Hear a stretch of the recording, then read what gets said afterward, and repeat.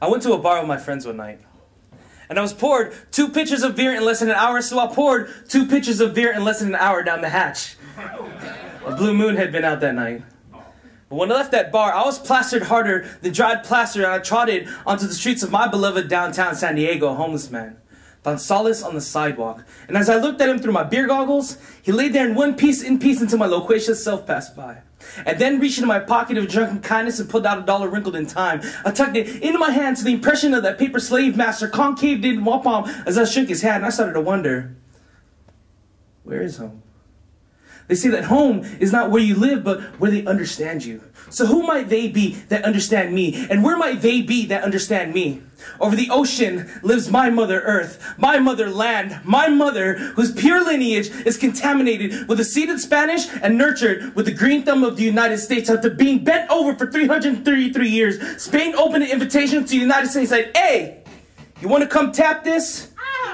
My mother was passed from European pimp to American pimp. My mother was raped for $20 million, an overseas acquisition from an overseas excursion. I swear to you one day, Ma.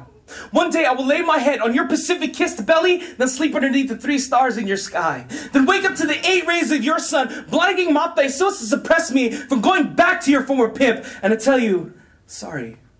Sorry for not visiting you enough, Ma. Sorry for not coming back so soon. Sorry for the neglect that I had to you because I don't know how to save up my own money to catch a plane ride home. But first things first, what's your real name?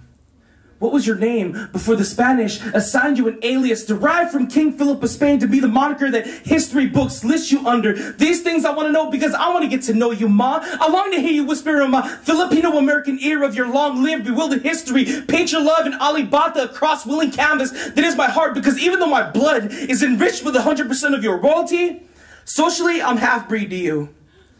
But what's become of you lately, Ma? Why is it that being the color of the very earth from which you were born something to be ashamed of? Why did you let the Spanish dictate to you that you were nothing unless light reflected off your skin? Why, oh why, Ma?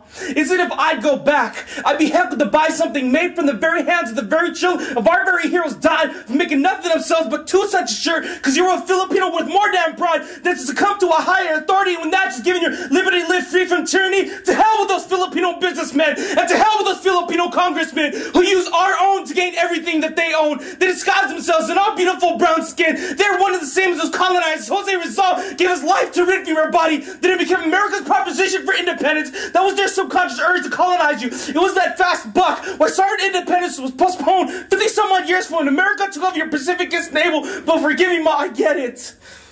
You're old.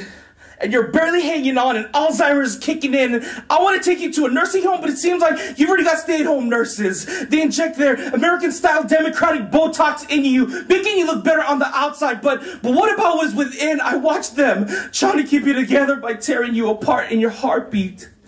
Your heartbeat is so faint. I can't hear it. I can't see it. I can't feel it. I can't recognize it until the day I laid my head on your Pacific-kissed breast and listened. So that night, I was in my beloved downtown San Diego with 2 pitchers of beer on my tab and 2 pitchers of beer in my belly. A homeless man found solace on the sidewalk. And as I looked at him through my beer goggles, he laid there in one piece until my drunk self passed by. But after I'd given that man that $1, I realized that I am the homeless one.